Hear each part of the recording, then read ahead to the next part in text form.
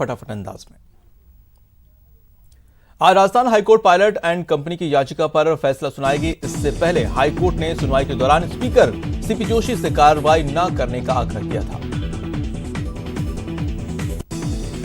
Supreme court ने Rajasthan high court के फैसले पर रोक लगाने से इनकार कर दिया है। अब इस पूरे मामले में अगली सुनवाई 27 जुलाई को होगी। राजस्थान में सियासी संग्राम के बीच सीएम अशोक गहलोत ने देर शाम राज्यपाल कलराज मिश्र से मुलाकात की। दोनों के बीच लगभग 20 मिनट तक मुलाकात हुई। मुलाकात के बाद विधानसभा सत्र आहूत करने को लेकर चर्चा हुई। मुख्यमंत्री अशोक गहलोत ने फिर केंद्र सरकार पर निशाना साधा है। गुरुवार को प्रेस कॉन्फ्रेंस में सीएम अशोक गहलोत ने कहा कि ईडी की कार्रवाई हो, इनकम टैक्स की हो या सीबीआई की हो, सबको मालूम है ये किसके इशारे पर काम हो रहा है। सीएम ने कहा कि इन छापों से हम घबराने वाले नहीं हैं, हमारा मिशन इससे रुकने वाला नहीं है। जिन लोगों को बंधक बना रखा है वो आएंगे तो हम जुड़ेंगे, लेकिन चुनी हुई सरकार गिराने की साजिश लोकतंत्र की हत्या है। मुख्यमंत्री अशोक गहलोत के बाद मध्य प्रदेश के पूर्व मुख्यमंत्री कमलनाथ ने प्रधानमंत्री नरेंद्र मोदी को खत लिखा है। कांग्रेस नेता कमलनाथ ने अपने खत में पीएम मोदी से प्रजातंत्र की रक्षा के लिए कदम उठाने की अपील की है। राजस्थान की सियासत के संग्राम के बीच सीएम अशोक गहलोत ने राज्यपाल कलराज मिश्र से मुलाकात की। मुलाकात करीब 20 मिनट तक चली। सुप्रीम कोर्ट के फैसले पर राजेंद्र राठौर ने कहा है कि सुप्रीम कोर्ट के फैसले से स्पष्ट हो गया है कि उच्च न्यायालय स्पीकर की न्यायिक शक्तियों में हस्तक्षेप कर सकता है। अलवर के बानसूर में बढ़ते अपराध को लेकर पूर्व मंत्री रोहिता शॉ ने पुलिस की कार्यशैली पर सवाल खड़े किए और धरने की चेतावनी दी है। 26 जुलाई को प्रधानमंत्री नरेंद्र मोदी फिर से एक बार देशवासियों से मन की बात करेंगे। पीएम कोरोना संकट के साथ साथ कई अहम मुद्दों पर देश के सामने मन की बात करेंगे। प्रधानमंत्री नरेंद्र मोदी ने वीडियो कॉन्फ्रेंसिंग के जरिए मणिपुर वाटर सप्लाई प्रोजेक्ट की नींव रखी। मोदी ने कहा, कोरोना के खिलाफ हमें मजबूती से लड़ते रहना है, जीतना है। पीएम ने कहा कि विकास के कामों में भी पूरी ताकत से आगे बढ़ना होगा और साथ ही नॉर्थ ईस्ट में शांति की स्थापना हो रही है। पीस, प्रोग्रेस और प्रॉस्पेरिटी का मंत्र गूंज रहा है।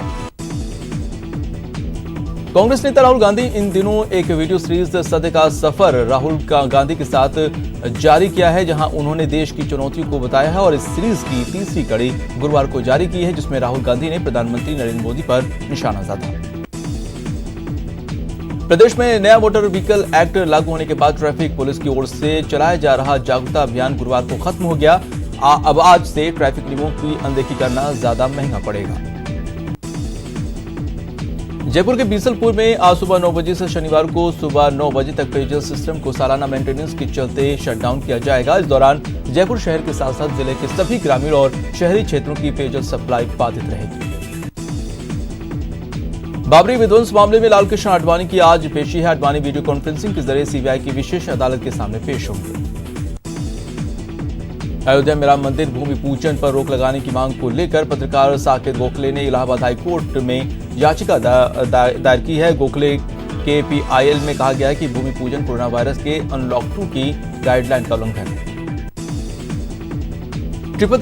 ट्रिपल तलाक कानून 1 अगस्त को 1 साल जो पूरा हो जाएगा। इससे पहले केंद्रीय मंत्री मुख्तार अब्बास नकवी ने कहा कि पिछले 1 साल के दौरान 3 तलाक की घटनाओं में 82% से ज्यादा की कमी आई है। बाबरी मस्जिद मामले में सीबीआई की स्पेशल कोर्ट में मुरली मनोहर जोशी की गुरुवार को पेशी हुई। ये पेशी वीडियो कॉन्फ्रेंसिंग के जरिए हुई, जिसमें मुरली मनोहर जोशी ने मामले में अपना बयान दर्ज करवाया। भारतीय सेना में महिलाओं के अस्थायी कमीशन को केंद्रीय रक्षा मंत्रालय की ओर से आधिकारिक तौर पर मंजूरी दे दी गई है। सरकार की ओर से जारी किए गए स्वीकृति पत्र के बाद अब सेना में विभिन्न शीर्ष पदों पर महिलाओं की तैनाती हो पाएगी। यूएई में 19 सितंबर से होगा आईपीएल। 8 नवंबर को खेला जाएगा फाइनल मैच। दुनिया में कोरोना वायरस के अब तक 1,54,97,306 संक्रमित मिल चुके हैं। इनमें से 94,28,110 ठीक हो चुके हैं, जबकि 6,32,638 की मौत हो चुकी है। भारत में कोरोना वायरस से संक्रमित होने वाले लोगों की संख्या 12 लाख के पार हो गई है। वहीं मौत का आंकड़ा 29,000 के पार जा पहुंचा है। पिछले 24 घंटे में रिकॉर्ड 45,720 नए मामले सामने आए हैं। वहीं पहली बार एक दिन में मौत का आंकड़ा 1000 के पार कर गया। राजधानी में गुरुवार को कोरोना के 886 नए मामले सामने आए हैं। इसके साथ ही कुल पॉजिटिव का आंकड़ा 33,220 पहुंच गया है, जिसके बाद मौत का कुल आंकड़ा 594 पहुंच गया। राज्यसभा सांसद doctor Kirori Lal Meena corona positive पाए गए हैं। मीणा को पिछले कई दिनों से बुखार की शिकायत थी, जिसके बाद उन्हें महात्मा गांधी अस्पताल में भर्ती करवाया गया है। झुंझुनू के चिड़ावा कोर्ट में भी कोरोना ने दस्तक दे दी है। कोर्ट में के 2 कर्मचारी कोरोना पॉजिटिव पाए गए हैं। इनमें एक कर्मचारी एडीजे कोर्ट तो एक एमजेएम कोर्ट का शामिल है। अलवर में कोरोना के बढ़ते विस्फोट में कम्युनिटी संक्रमण की चेन बनती जा रही है। रोजाना 100 से ज्यादा मामले पॉजिटिव आ रहे हैं। कोटा में कोरोना के घातक वायरस से एक और मरीज की जान चली गई है। पिछले 2 घंटे में कोरोना से 2 मरीजों की मौत हो चुकी है। बूंदी में एक ही दिन में 10 लोगों के कोरोना संक्रमित होने की पुष्टि से शहर के लोगों में समेत प्रशासन में हड़कंप मच गया। कोटा में कोरोना के बढ़ते आंकड़ों के साथ ही रिकवर होने का सिलसिला जारी है। आज भी 19 मरीजों को रिकवर होने के बाद डिस्चार्ज किया गया। राजधानी में रोजाना 800 से 1000 के बीच मरीज पॉजिटिव आ रहे हैं। प्रदेश में आज भी 886 कोरोना संक्रमित मिले हैं। राज्य के परिवहन विभाग द्वारा अंगदान के क्षेत्र में अहम फैसला लिया गया है, यानी कि अब ड्राइविंग लाइसेंस अब तभी मिलेंगे जब पहले अंगदान का संकल्प होगा। 23 जुलाई का दिन भी जयपुर एयरपोर्ट के लिए निराशाजनक रहा। जयपुर एयरपोर्ट पर महज 22 फ्लाइट्स का शेड्यूल बना, यानी कि एयरलाइंस अब उड़ानों की संख्या भी कम करती जा रही है। जयपुर एयरपोर्ट पर मिशन वंदे भारत की फ्लाइट्स के आने का सिलसिला लगातार जारी है। 23 जुलाई को विदेश से एक फ्लाइट जयपुर पहुंची। कोटा जिला प्रशासन और चिकित्सा विभाग द्वारा 60 साल के कोरोना पॉजिटिव मरीज के प्लाज्मा चढ़ाकर इलाज शुरू किया गया। 60 साल के रोगी को ऑक्सीजन की कमी होने पर प्लाज्मा चढ़ाया गया। श्रीगंगानगर की सूरतगढ़ पुलिस ने चोरी के मामले में शामिल 4 आरोपियों को गिरफ्तार करने में सफलता हासिल की है। धौलपुर के सदर थाना इलाके के मौलिकापुरा गांव के पास एक पोखर में एक 13 साल की मासूम का पैर फिसलकर गिर जाने से उसकी मौत हो गई। टोंक की देवली उपखंड मुख्यालय पर एक दुकानदार के अपनी दुकान के बाहर कुर्सी लगाकर बैठे जाने को लेकर पुलिस और व्यापारियों में विवाद हो गया। बजरी खनन पर रोक के बावजूद चित्तौड़गढ़ में बजरी का अवैध दोहन जारी है और पुलिस का शिकंजा कसने के बावजूद बजरी माफिया अवैध दोहन करने से बाज नहीं आ रहे। भरतपुर के बयाना कस्बे में भीमनगर में एक युवक के साथ असामाजिक तत्व गाली गलौज करते हुए नजर आए और मारपीट करने लगे। डूंगरपुर में एसपी द्वारा अवैध शराब तस्करी के खिलाफ चलाए जा रहे अभियान के तहत पुलिस ने अवैध शराब से भरी एक कार को जब्त करते हुए एक तस्कर को गिरफ्तार किया है। जोधपुर में बेकाबू डंपर से एक और मौत सामने आई है। शहर के सांगरिया में डंपर ने सड़क किनारे चल रहे एक बुजुर्ग को अपनी चपेट में ले लिया। अलवर पुलिस ने मोबाइल चोरी करने वाले 2 शातिर चोरों को गिरफ्तार कर लिया है। आरोपियों से चोरी किया हुआ मोबाइल भी बरामद हुआ। जयपुर ग्रामीण पुलिस ने ऑपरेशन क्लीन स्वीप के तहत 48 पेटी शराब जब्त की है। इस मामले में पुलिस ने एक कार के साथ 2 आरोपियों को भी गिरफ्तार किया है। कोटा ग्रामीण पुलिस ने अवैध मादक पदार्थ के खिलाफ कार्रवाई करते हुए 2 तस्करों को गिरफ्तार किया है। आरोपियों के कब्जे से 1 किलो 800 ग्राम गांजा भी बरामद किया। जोधपुर के खंडा फलसा थाना क्षेत्र में व्यापारियों के मोहल्ले में जांच करने गई विजिलेंस टीम के साथ कुछ लोगों ने धक्का मुक्की करते हुए मारपीट।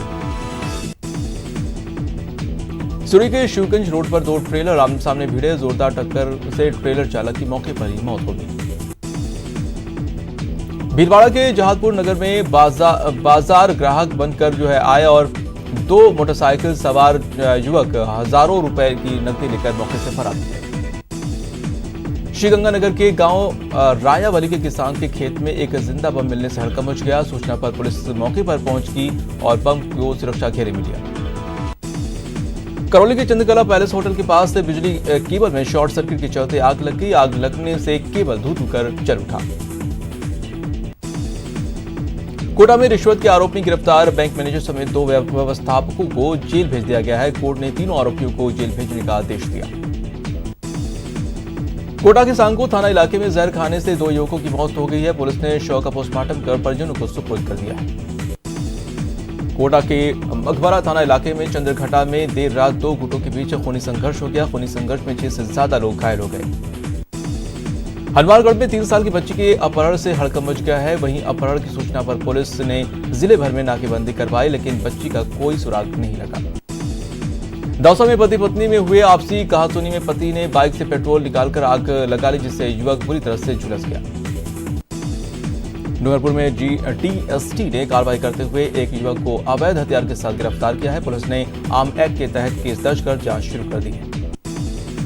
धौलपुर में NH3 पर तेज रफ्तार ट्रक ने एक कार को पीछे से टक्कर मार दी। हादसे में एक की मौत हो गई, जबकि 8 लोग घायल हो गए। धौलपुर में एक युवक का शव फांसी के फंदे से झूलता हुआ मिला, जिससे पूरे इलाके में सनसनी फैल गई। कोटा में पुलिस ने पेट्रोल पंप लूट की योजना बनाते हुए 5 बदमाशों को गिरफ्तार किया है। आरोपियों के कब्जे से हथियार समेत मिर्च पाउडर भी बरामद किया गया। चूरू में बच्चा चोरी होने के 15 घंटे बाद पुलिस ने बच्चा बरामद कर लिया है। पुलिस के मुताबिक 20 मई को चूरू के राजकीय भर्ती अस्पताल से आशा सहयोगिनी ने 4 दिन का बच्चा चुराया था। सवाई माधोपुर के बहरा वंडा खुर्द कस्बे में बिजली का करंट लगने से एक मजदूर बुरी तरह से घायल हो गया। घायल मजदूर को अस्पताल में भर्ती कराया गया। दौसा के महुआ कस्बे में कम कीमत पर मीट बेचने को लेकर 2 पक्षों में खूनी संघर्ष हो गया, जिसमें 3 लोग घायल हो गए। ब्रेक के बाद आपका स्वागत है। कुछ और अहम खबरें फटाफट अंदाज में। सिरोही देश भर में सर्वाधिक महिला मेडों को रोजगार देने वाला जिला बन चुका है। इतना ही नहीं, ये महिला मेड साक्षर है और इनमें से कई महिला मेडों ने स्नातक की पढ़ाई की। कोरोना के चलते बंद हुई जयपुर की लाइफलाइन कहे जाने वाले लो फ्लोर बस और सिटी बस सेवा फिर से शुरू हो गई है। पहले दिन काफी कम संख्या में बसों में यात्रा करने के लिए लोग पहुंचे। चूरू नगर परिषद में साधारण सभा की बैठक हंगामेदार रही। हालांकि इस दौरान 13 एजेंडों में से 10 एजेंडे सर्वसम्मति से पारित हुए, जबकि 3 एजेंडों को स्थगित किया गया। पूर्व पीसीसी चीफ सचिन पायलट के समर्थन में उतरे गुर्जर समाज के बाद अब विधायक भंवरलाल शर्मा के समर्थन में लोग नजर आ रहे हैं। दौसा में कृषि पर्यवेक्षकों ने प्रदेश सरकार के रवैये से परेशान होकर पूरे प्रदेश में उपखंड स्तर पर 19 सूत्रीय मांगों को लेकर ज्ञापन सौंपा। चूरू के सादुलपुर में टिड्डियों के हमले के बाद किसानों का गुस्सा फूट पड़ा है, जिसके बाद किसानों ने मिनी सचिवालय पर विरोध प्रदर्शन किया। जैसलमेर के सिटी कोतवाली के आगे शव लेकर लोगों ने थाने के आगे प्रदर्शन किया। बता दें कि 21 जुलाई को 2 गुटों में झगड़ा हुआ था। इस दौरान एक शख्स की जान चली गई थी। अजमेर कलेक्टर पुष्कर समेत आसपास के ग्रामीण अंचलों के दौरे पर रहे और उन्होंने पिसांगन में विकास कार्यों का जायजा लेकर अधिकारियों को आवश्यक दिशा निर्देश दिए। टोंक के कलेक्टर ने अचानक कृषि उपज मंडी टोंक और निवाई का निरीक्षण किया और अधिकारियों को दिशा निर्देश दिए। अलवर में अमृत जल योजना में 100 करोड़ से ज्यादा की रकम खर्च करने के बावजूद जलदाय विभाग लोगों को पानी की कनेक्शन नहीं दे रहा है। भरतपुर से जयपुर ग्वालियर रोड पर आई दरार से वाहन चालकों को परेशानियों का सामना करना पड़ रहा है। झुंझुनू में एसडीएम शैली खैरवा ने ज्वाइन कर लिया है। उन्होंने कहा है कि कोरोना संक्रमण को रोकना पहली प्राथमिकता है। जल्द ही क्षेत्र का दौरा किया जाएगा। झुंझुनू में एसएफआई छात्र नेताओं द्वारा 3 दिन पहले किए गए प्रदर्शन को लेकर कलेक्टर ड्यूटी यूडी खान और एसडीएम ने कार्रवाई की बात कही। करौली में टिड्डियों के खात्मे के लिए कृषि विभाग द्वारा चलाए जा रहे ऑल आउट अभियान के तहत टोडा भीम के मुंडिया मांगीपुरा में टिड्डियों का खात्मा किया गया। चूरू के सुजानगढ़ की डूंगर बालाजी रो पर खेतों पर टिड्डी दल ने हमला बोल दिया है। लोगों ने थाली पीपे और कुंडे बचाकर टिड्डियों को भगाने की घंटों कोशिश की। कोटा में कार्डियो शोक और लंग्स इंफेक्शन से मुकंदर टाइगर रिजर्व के MT3 बाघ की मौत हो गई है। वन मंत्री सुखराम बिश्नोई ने ट्वीट कर लिखा है कि दुखद खबर, पोस्टमार्टम के बाद मौत के कारणों का पता लगेगा। टोंक में कोरोना काल के दौरान जैन समाज के पदाधिकारी धर्मचंद जैन ने पुलिस कर्मचारियों को 2000 मास्क और सैनिटाइजर की 150 बोतल दी। अलवर में बढ़ रहे कोरोना केस को लेकर एसपी ने लोगों को गाइडलाइन का पालन करने की अपील की है। एसपी ने कहा कि लोगों को खुद सजग रहना होगा। कोटा में वर्धमान महावीर खुला विश्वविद्यालय का 34वें स्थापना दिवस का समारोह ऑनलाइन आयोजित हुआ। कोरोना संकट के चलते राजस्थान यूनिवर्सिटी में अटके हुए पीएचडी के एग्जाम अब फिर से शुरू हो सकेंगे। यूजीसी की गाइडलाइन के बाद राजस्थान यूनिवर्सिटी अब पीएचडी का वाइवा ऑनलाइन लेगी। झुंझुनू में समस्याओं के समाधान के लिए मेरा झुंझुनू मेरा अभियान शहर की आवाज बनेगा, जिसके लिए इसके संयोजक मुरारी सैनी ने कमर कस ली है।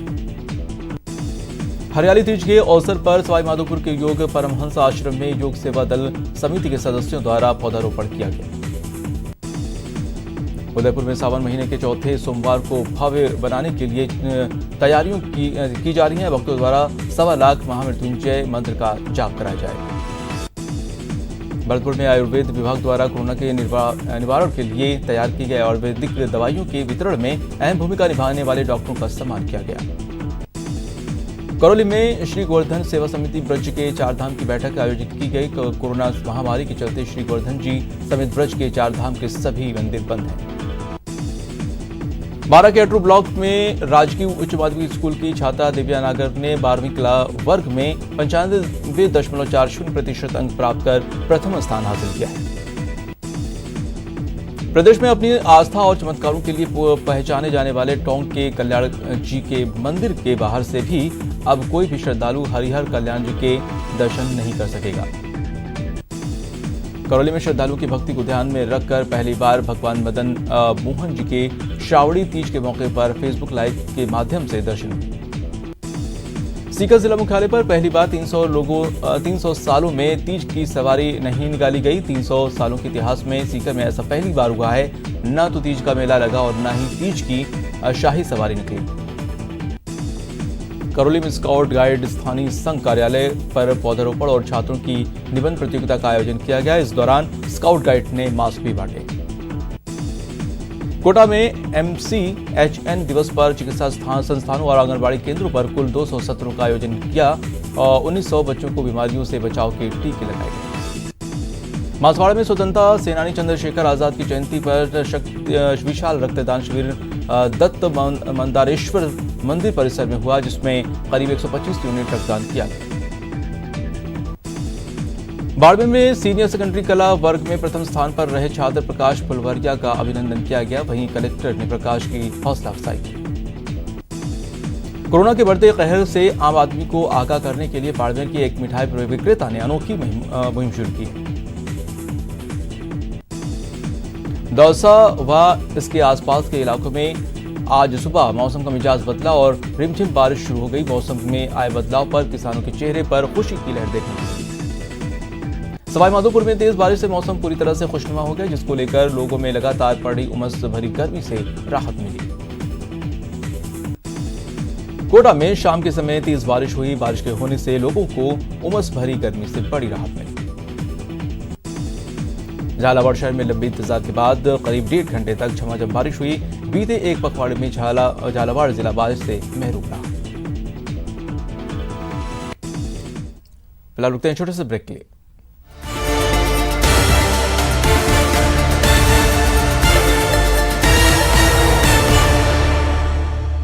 इस न्यूज हेडलाइंस की